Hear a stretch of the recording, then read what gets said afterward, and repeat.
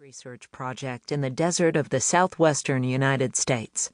My job would have tickled Aesop. Every morning before dawn, I hiked alone over the sandstone to a designated spot. There I waited until the ground warmed and the tortoise I'd been assigned to watch dragged herself out of her burrow, blinking with what looked like weary exasperation.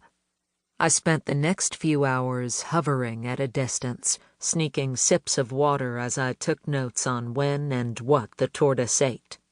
When the day grew hot and the tortoise finally retreated into the shade, I stumbled back across the burning sand, fighting the feeling that, once again, I had somehow lost the race. Desert tortoises were, and are, protected as a threatened species under the U.S. Endangered Species Act, and my weird, dreamy job was surrounded by bitter and sometimes violent arguments over their future. What struck me was how deep these arguments ran. While people fought over how to give sanctuary to tortoises, which construction projects or public land grazing leases to curtail, which off-road vehicle tracks to close, they were also fighting about why, and even whether they should be expected to protect tortoises at all.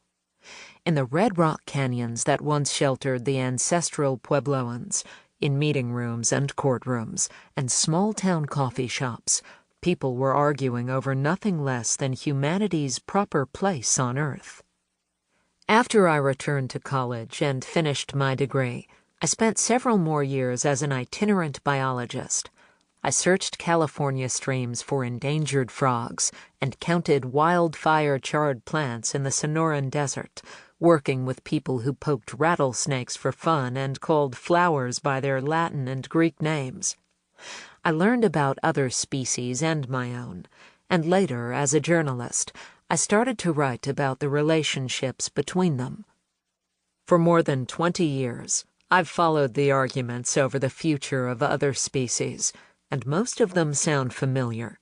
We're still fighting over whether and why to provide sanctuary, and still waiting too long to figure out how. This stuckness has a lot to do with money and politics, of course, but it also has a lot to do with history and how we see, and don't see, that history today. After all, it wasn't so long ago that many people in North America and Europe thought they understood their relationships with other animals and with the groups of organisms called species. The Bible said that God granted humans dominion over the fish of the sea, the fowl of the air, and every living thing that moved upon the earth, and that more or less settled it, despite Aesop's rude reminders that the fish and fowl occasionally won. In the middle of the 19th century, these complacent humans learned that they were both less exceptional and more powerful than they had believed. From Charles Darwin's theory of evolution, they learned that their ties to other animals were far closer than previously thought. They also came to realize that their rapidly industrializing and global societies could drive species into extinction, and in fact had already done so, first on remote ocean islands and then much closer to home. The most powerful and powerfully destructive civilizations on Earth are still absorbing this double shock. No matter our creed or culture, most of us would agree that the animals we domesticate for companionship, labor, and sustenance shouldn't be abused, though our definitions of abuse may vary widely. Less clear are our responsibilities toward animals hunted for food and sport, and even murkier are those towards animals who are annoying, dangerous, or allegedly useless. The understanding that humans are capable of exterminating entire groups of organisms raised a new question. Why should any of us make sacrifices, even in the short term, to ensure the persistence of other species on the planet?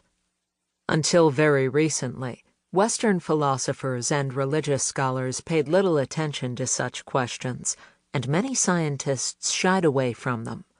Laws that try to answer them often raise more dilemmas than they settle. And Aesop, well, Aesop would probably laugh.